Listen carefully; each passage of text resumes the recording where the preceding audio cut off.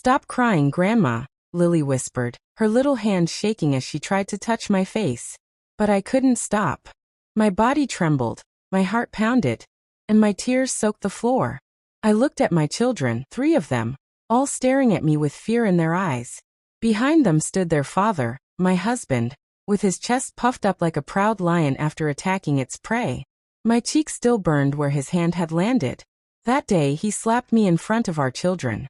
Hard. The sound of it was louder than thunder. For a moment I saw stars. My youngest, Tommy, screamed. My eldest, Clara, stood frozen. I had never felt so humiliated, so broken, and so angry in my life. I pointed my trembling finger at him and shouted, "You will regret this, John. You will regret ever raising your hand against me. From this day, may your peace never last until you feel what you've made me feel." My words came out like fire, filled with pain and fury. I didn't even think. I just said it. And the silence that followed was so deep, it felt like the whole house was holding its breath. John just laughed, a cruel, empty laugh. "You and your useless curses," he said, walking away. But that night, as I sat by the bed wiping my tears, something strange happened. I heard Clara crying in her sleep, mumbling something I couldn't understand. The next morning, she woke up scared, saying she saw her father in a dream being dragged into darkness. I thought it was just fear. But I was wrong. Because from that day on something changed in our home. And I never knew my curse, the words I spoke in anger, would fall not on my husband, but on my own children. To understand how it all began, we must go back to the days before that slap, before the curse, before everything fell apart. Before all that pain, my life was simple. We lived in a small, warm house on Maple Street.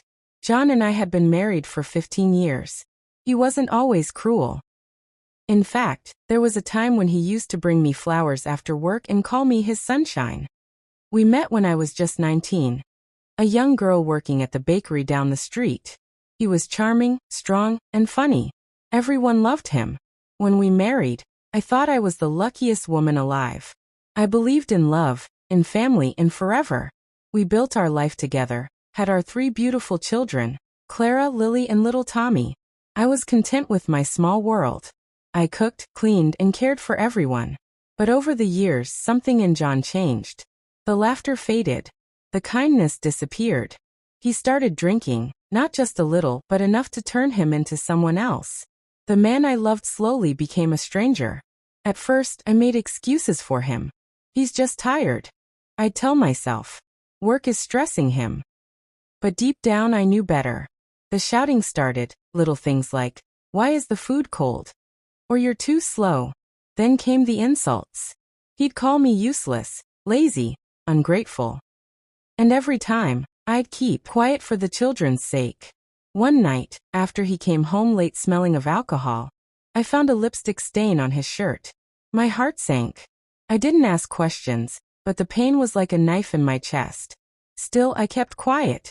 I thought maybe silence would save my family. But silence only fed his pride. Then came the day everything changed.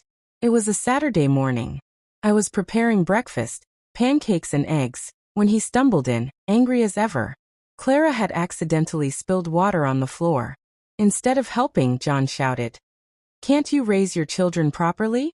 I tried to calm him, saying softly, "Please, John, it's just water."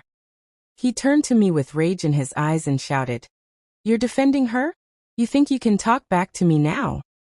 Before I could reply, his hand flew across my face. Slap. The sound echoed through the house. The plate I was holding shattered. My heart did too. My children screamed. And that's when the words slipped out. That terrible curse I wish I had never said. For a few days after, John pretended nothing had happened. He even bought toys for the children, acting cheerful. But the air in our home had changed. The children avoided him. They started acting strangely, fighting among themselves, waking up at night crying, refusing to eat. Clara said she saw shadows moving in her room. Lily started talking to someone invisible. Tommy drew dark, scary pictures. At first, I thought it was just trauma. But soon, I realized something darker was happening. The curse, my curse, had found its way into the innocent hearts of my children. And it was only the beginning. That night, as I sat in the living room trying to pray, I heard footsteps upstairs. Then Clara's scream filled the whole house. A scream so loud and terrified that even John ran up the stairs. What we found in her room froze our blood. Clara's scream pierced through the house like a knife through silence. I dropped the plate I was holding and raced upstairs, my heart pounding so fast it felt like it would burst out of my chest. John was right behind me, his heavy footsteps shaking the wooden floor. When we burst into Clara's room, what I saw made my blood run cold. Clara was standing on her bed, her eyes wide and filled with terror. Her tiny hands pointed toward the corner of the room. "He's there," she cried. "He's in the corner. Don't let him come near me." But there was no one there. Just shadows, long, dark shadows cast by the flickering light bulb. I rushed to her, pulling her into my arms. "There's no one here, baby. You're safe," I whispered, even though I didn't fully believe it myself. John looked around the room, confused. "What kind of nonsense is this?" he muttered. "You've been letting her watch too many scary movies." Clara shook her head violently. "No, Vevi. He said he's coming for you. He said Mommy's words brought him." John's face went pale. "What?" Before I could say anything, the bulb above us flickered twice and then went out. The room fell into darkness. I could feel Clara trembling against me, her breath warm and quick on my neck. Then, from the shadows, a faint sound echoed, a whisper low and cold. "You said he will regret it." I froze. I looked at John, and for the first time since that slap, I saw fear in his eyes. He grabbed Clara and pushed her into my arms. "It's just the wind," he said, his voice shaking. But I could tell he didn't believe that. The next morning, Clara refused to go to school. She sat in bed, quiet and distant. Her once bright eyes now looked dull. Lily and Tommy seemed frightened too. Tommy refused to enter his room, saying he could hear someone calling his name at night. Lily stopped laughing altogether. Days turned into weeks, and the strange things didn't stop. Doors would open and close on their own. The children's toys moved from one place to another even when no one touched them. Sometimes I'd hear whispering in the hallways when everyone else was asleep. I began to pray. I prayed every night for peace, for forgiveness, for God to undo whatever I had caused. But John still refused to believe anything supernatural was happening. "You and your superstitions," he'd snap. "You're filling the children's heads with nonsense." But one night, he couldn't deny it anymore. It was past midnight. We were all asleep when we heard a loud bang from downstairs. John jumped up, grabbed a flashlight, and went to check.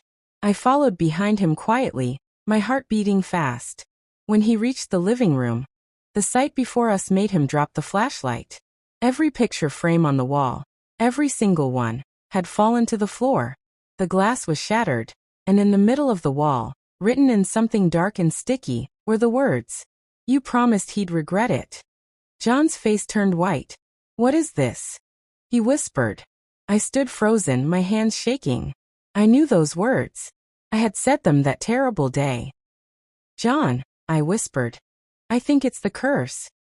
He turned to me, his eyes filled with anger and fear. "Don't start that again, Margaret. You and your stupid curses are driving this family mad." But even as he shouted, something unexpected happened. The lights flickered, and we heard the sound of soft crying. It was coming from the hallway. When we turned, we saw Tommy standing there, holding his teddy bear. His eyes were red. "Mommy," he said. The man in the shadows said Daddy's time is near. John froze. I rushed to Tommy and hugged him tightly, trying to calm him down. "There's no man, sweetheart," I whispered. "It's just a dream." But he looked up at me with tears streaming down his cheeks and said, "No, Mommy. I saw him. He has Daddy's face, but he's crying." That night, John slept in the living room, pretending to watch TV. But I could see he was afraid. His hands wouldn't stop shaking. The next morning, things got worse. Clara fainted on her way to school. The doctor said she was fine physical, but mentally disturbed. Lily stopped talking altogether. She just stared into space, whispering words only she could hear. And Tommy started drawing pictures of our family. Except in every picture, John was missing his face. I didn't know what to do. I felt trapped in my own curse, a prison built from my anger. I wanted to take back those words, but it was too late. One evening, I sat outside crying, whispering to God to forgive me. Then I saw something through the window. John standing in the hallway, staring at the wall. When I went inside to check, I realized what he was staring at. On the wall, someone or something had scratched new words. He has not suffered enough. John turned to me slowly, his voice trembling. Margaret, what have you done? I opened my mouth to speak, but before I could answer, a loud crash came from upstairs, Clara's room again. This time, the sound wasn't just a thud. It was a scream followed by something breaking. And then silence. We both ran upstairs. But what we found when we opened that door made us both scream. When we burst into Clara's room, the air was cold, painfully cold, like the kind that burns your skin in winter. The curtains were flapping wildly though the windows were shut tight. Clara's bed was empty. Her bedsheet was torn, her pillow on the floor, and her schoolbooks scattered everywhere. Clara! I screamed, rushing to the corner. Clara, where are you? John ran to the closet and yanked the door open. Nothing. He checked under the bed. Still nothing. My hands trembled as I pulled the blanket aside, my heart pounding in my throat. Then, from behind us, a faint sound came, a slow, shivering whisper. Mung. We both turned sharply. Clara was crouched behind the door, her eyes wide open, staring into nothing. She was pale, too pale, and her lips were trembling. When I touched her shoulder, she flinched hard and screamed. Don't let him take me. Don't let him take me. John grabbed her by the arms. Clara, look at me. Who are you talking about? She pointed to the ceiling. He's up there. He's watching Daddy. We all looked up. The ceiling fan was spinning slowly, creaking as it turned. Then suddenly it stopped. Just like that. For a moment, the whole house went silent. No sound from outside. No wind. Nothing. Then the bulb above us flickered, once, twice, and shattered. Clara screamed again and buried her face in my chest. Glass rained down over the bed. John stumbled backward, his hands over his head. And then in the darkness that followed, we heard a deep dragging breath, like someone exhaling behind the walls. I held Clara tighter. John, we need to leave this house, I whispered. But he shook his head. No. I'm not running from shadows. We'll stay. I looked at him, his face drenched in sweat, and realized he wasn't just afraid, he was proud. Too proud to admit that something beyond his control was happening. That night I kept Clara, and the others in my room. We slept on the floor, huddled together. I prayed quietly, my lips barely moving. John sat alone in the living room, drinking again, pretending to be brave. But just as the clock struck midnight, a loud crash echoed from downstairs, like a chair being thrown. I jumped to my feet. John's voice followed, shouting, "Who's there?" Then silence. I wanted to run to him, but something inside me said don't. I held my children tighter, whispering, "Stay quiet." After a few minutes, I gathered my courage and went downstairs. The living room was a mess. The table was overturned, one of the chairs broken. John was sitting on the floor, his back against the wall, breathing heavily. When I called his name, he didn't answer. I knelt beside him and touched his hand. His eyes were open but empty, like he was looking straight through me. John, what happened? He pointed toward the corner of the room. He was here, he whispered. Standing there. I saw him. I froze. Who? The man, he said. The one the kids talked about. He looked like me, Margaret. Exactly like me. But his face was burned, like fire touched him. He said, "You will regret it." His voice broke. Then he vanished. My heart sank. The same words again. The same curse I spoke that day. It was like my anger had come to life. After that night, John changed. He stopped shouting, stopped drinking, stopped everything. He barely spoke at all. He'd sit by the window all day, staring outside like he was waiting for something, or someone. The children kept getting worse. Lily refused to sleep in her room, saying she saw Daddy's twin watching her. Tommy started having nosebleeds at random times, and when I asked him what was wrong, he'd whisper, "He's angry, Mommy." He said Daddy must say sorry. One evening, I decided enough was enough. I took the children to my sister's house, hoping to get away for a few days. John refused to come. If I leave, he'll follow, he said quietly. I begged him, please, John. Whatever this is, we need help. A pastor, a priest, anyone. He looked at me with eyes so tired they barely seemed alive. No one can help me now, he said. You said I'd regret it. And I do. But it's not just me paying for it, it's all of us. That night, as I packed the kids' clothes, I felt a sudden rush of wind sweep through the house, but every window was closed. The front door slammed shut by itself. Then, from the living room, I heard John shouting my name. I ran out, clutching Tommy's hand. John was standing in the center of the room, staring into thin air, his eyes wide. Margaret! Take the kids out. Go. John, what's happening? I cried. But before I could reach him, the lights flickered again, and his body lifted, off the ground. His feet dangled, his hands clawing at his neck as if something was choking him. The children screamed. I tried to grab him, but an invisible force threw me backward. The whole house shook, as if it were alive. And just as suddenly as it began, it stopped. John fell to the floor, gasping for air. I crawled to him, crying, John, are you okay? He looked at me, tears mixing with sweat on his face. He said, he coughed, it's not over. He said the children will carry my pain. I froze. What? He grabbed my wrist weakly. You have to stop it, Margaret, whatever you brought here. You have to make it leave.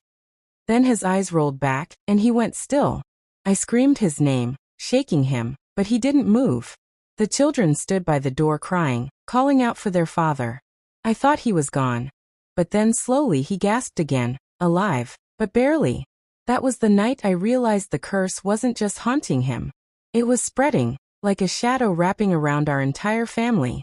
And the next morning, when I saw what was written on Clara's mirror in red, I knew we had run out of time. Morning came like a ghost, silent, heavy, and cold. The house felt wrong, like it had lost its soul overnight. I barely slept. My eyes were swollen, my mind racing. John was lying on the couch, still weak, breathing slowly. The children huddled in my room, afraid to move, afraid to speak. Then I heard Clara's soft voice from the hallway. Mommy, come see. Her tone sent a chill down my spine. It wasn't fear this time, it was calm. Too calm. I followed her, my heart pounding, my hands trembling. When we reached her room, I froze at the doorway. On the mirror, written in thick red letters, were the words, "The children will finish his regret." I gasped and stumbled backward. The letters looked like blood, but when I touched them, the color didn't smear. It was as if the words were burned into the glass. Lily started crying, covering her ears. Make it stop, Mommy. The voices keep saying Daddy must pay. Tommy stood beside her, pale as paper. The man said he's coming tonight. I turned to John, who had slowly walked up behind me. His face was drained of color, and his hands were shaking. Margaret, he whispered. This is because of that day, isn't it? Tears filled my eyes. I didn't mean it, John. I said it in anger. I never meant for this to happen. He nodded slowly, looking at the mirror. Words have power, Margaret. And yours came from your pain. He looked down at his trembling hands. Maybe this is my punishment. I felt something inside me break. I wanted to scream, to undo everything, to go back to that moment, and take my words back. But it was too late. That night, I couldn't sit still. I stayed awake, pacing the living room, whispering prayers. I placed a Bible on every child's bed, hoping it would bring peace. John sat in the dark corner, his eyes distant. At exactly midnight, the temperature dropped again. The air became thick, heavy, hard to breathe. The lights flickered, and then went out completely. From the hallway came a faint humming sound. A tune, soft, slow, familiar. It took me a few seconds to recognize it. It was a lullaby, one I used to sing to the children when they were babies. Only no one was singing it. I grabbed a candle and stepped into the hallway. Who's there? I whispered. The humming stopped. Silence. Then suddenly bang. Clara, es door slammed shut. I ran to it, banging hard. Clara! Open the door. No answer. I twisted the handle, but it wouldn't move. John rushed over, pushing against the door with his shoulder until it finally gave way. When we burst in, Clara was standing in the middle of the room. Her hair wild, her eyes blank. The candlelight flickered across her face. She looked older, somehow colder. "Clara," I said softly. "Sweetheart, what's wrong?" She didn't blink. Her voice came out slow, deep, and unfamiliar. He said, "It's almost time." John stepped forward cautiously. "Who said that, Clara?" "The one you hurt," she replied. "He said he will make you feel everything Mommy felt." John froze. His lips trembled. "Margaret," he whispered. "It's using her." I took a step closer to Clara, tears in my eyes. "Please, baby, come back to me. It's Mommy." Her eyes flicked toward me for a moment, and in that instant, I saw my daughter again, terrified, crying behind that strange, hollow stare. "Mommy, help me," she whispered. "He's inside me." Before I could reach her, she screamed, a scream so loud the candle blew out. The room plunged into darkness. I heard John shout, "Margaret, get her." Then came a sound like wind rushing through the house. When the light flickered back on, Clara was on the floor, shaking uncontrollably. Her voice was gone. Her body trembled as if something was fighting inside her. John dropped to his knees beside her. "Please take me instead," he shouted. "Leave my children alone." The room grew colder. The mirror on the wall cracked from top to bottom. A deep voice, not from any of us, echoed softly. "You said he will regret it. He will. Through what he loves most." John's face twisted with horror. "No. Don't touch them." The voice stopped. Clara went still. For a second, everything was quiet. Then Lily screamed from the other room. John and I ran to her. She was standing by the window, pointing outside. "Mommy, look," she cried. Outside, in the darkness of our front yard, stood a man, tall, silent, motionless. Even from the window, I could see it. He looked exactly like John, but with black, hollow eyes and skin as pale as ash. Lily clung to me, sobbing. "He said Daddy's soul belongs to him now." John's knees buckled. He fell to the floor, shaking his head. "This can't be real." But it was real, because the man outside raised his hand, and at that exact moment, John's chest jerked violently, as if invisible fingers had gripped his heart. He gasped for air, clutching his chest. "Margaret, help me!" I screamed, trying to pull him away from the window, but his body went limp. The figure outside slowly disappeared into the shadows, fading like smoke. John lay on the floor unmoving, his eyes wide open. For a horrifying moment, I thought he was gone. But then his lips moved, and he whispered something that broke me completely. "Forgive me. I shouldn't have hurt you." Then he passed out. I cried over him, my tears soaking his shirt. The children gathered around, sobbing. The house was filled with the sound of fear, grief, and regret. But deep down, I knew this wasn't over. The man, the curse, wasn't done. Because when I turned to the wall beside us, I saw fresh words appearing slowly, as if written by invisible hands. "His regret has only begun." The words on the wall glowed faintly, as though someone had carved them with fire. "His regret has only begun." The air in the room grew so cold my breath turned white. The children screamed and clung to me. I tried to pull them away, but my legs felt heavy, like the house itself didn't want us to leave. "John," I cried, shaking him. "Wake up." His body twitched, his eyes fluttered open, and for a moment I thought he was himself again. But then he spoke, and it wasn't his voice. It was low, dark, and hollow. "She made the promise," the voice growled. "And the promise must be kept." I stumbled backward, dragging the children with me. "That's not John. Get away from him." John's head jerked up sharply, his eyes glowing faintly red in the dim light. He grinned, not his usual grin, but something cruel, inhuman. "You wanted him to regret it," he said slowly. "Now you'll all feel his pain."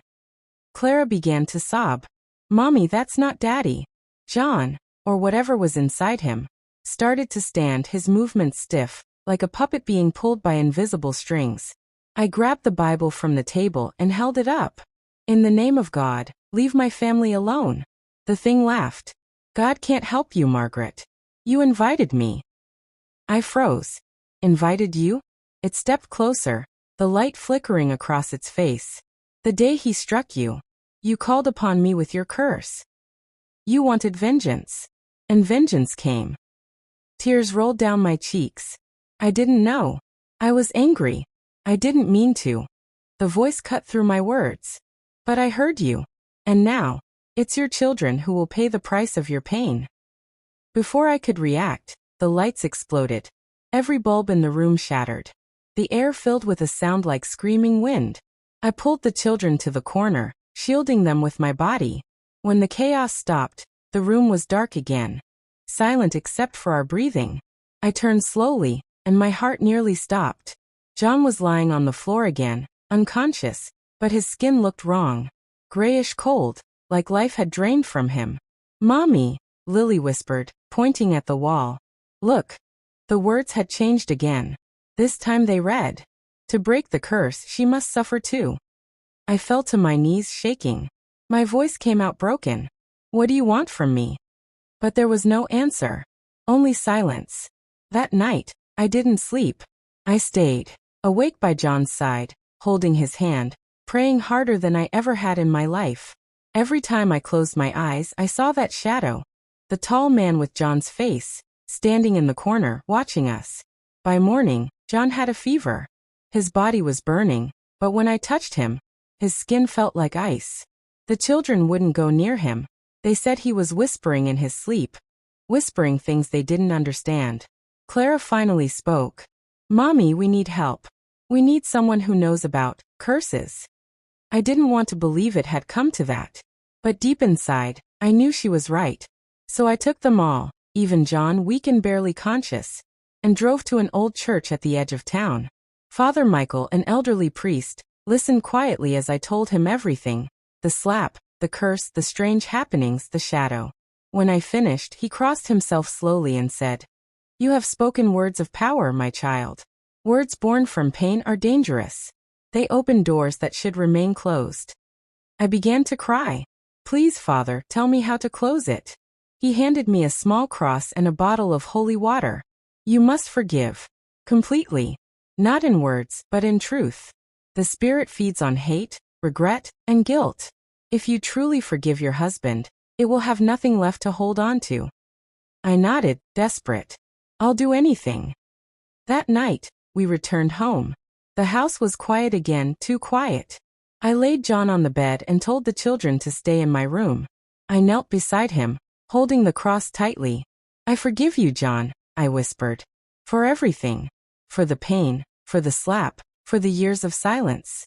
I forgive you because I want my children to be free. I want peace." The wind howled outside, shaking the windows. I kept praying louder now. "I forgive you." Then suddenly, John's body began to shake violently. His eyes snapped open, glowing faintly again. "No," the dark voice roared. "You can't take him back." I poured the holy water over his chest. "Leave him," I cried. "You have no power here." The house trembled. The lights flickered. A shadow rose from John's body, black, smoke-like, with two glowing eyes. It screamed, a sound that didn't belong in this world. The children ran in, screaming my name. I shouted at them to stay back. The shadow hissed, "If he goes free, you will take his place."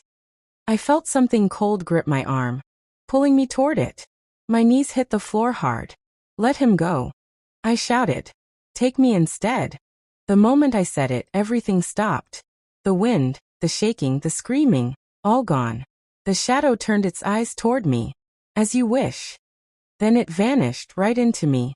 Pain shot through my body like fire.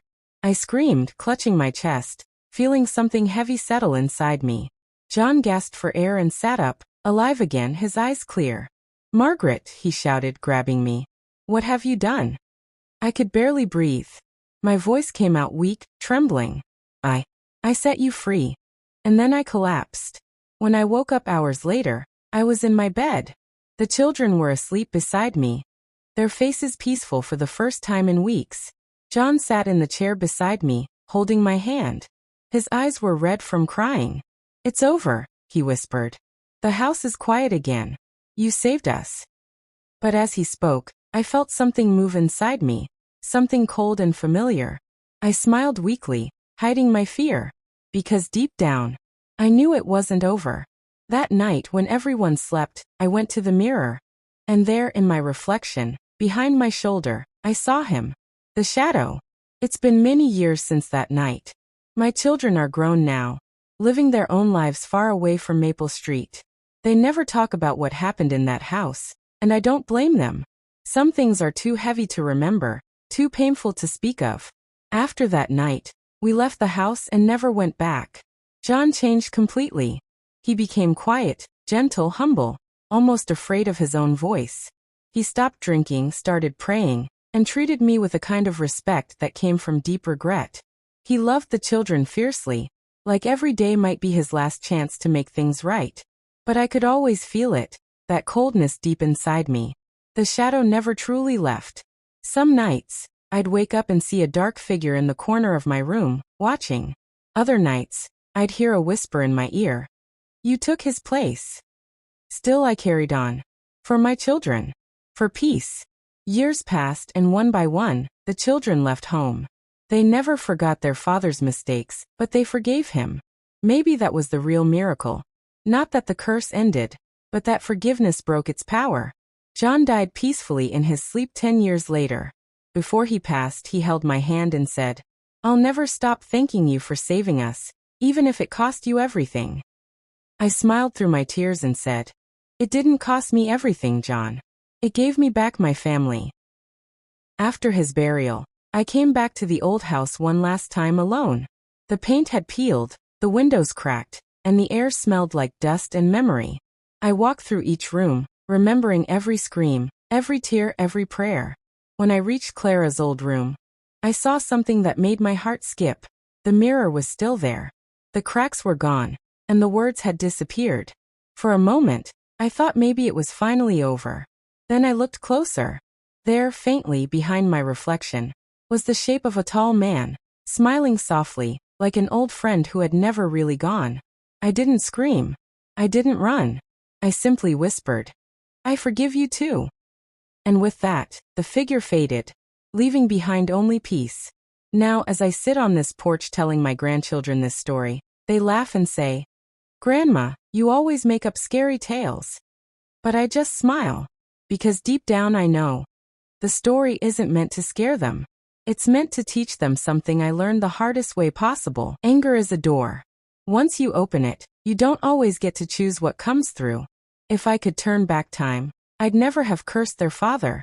I would have walked away, prayed, and healed in silence. But I was young, hurt, and didn't understand that words spoken in pain can echo louder than screams. So now, every night before I sleep, I whisper a prayer. Not just for peace but for forgiveness. For all of us. And when I close my eyes, I still see that shadow sometimes. But it no longer frightens me. Because I know now, it's not a curse anymore. It's just a reminder. A reminder that love, no matter how broken, bruised, or buried, always finds a way to heal.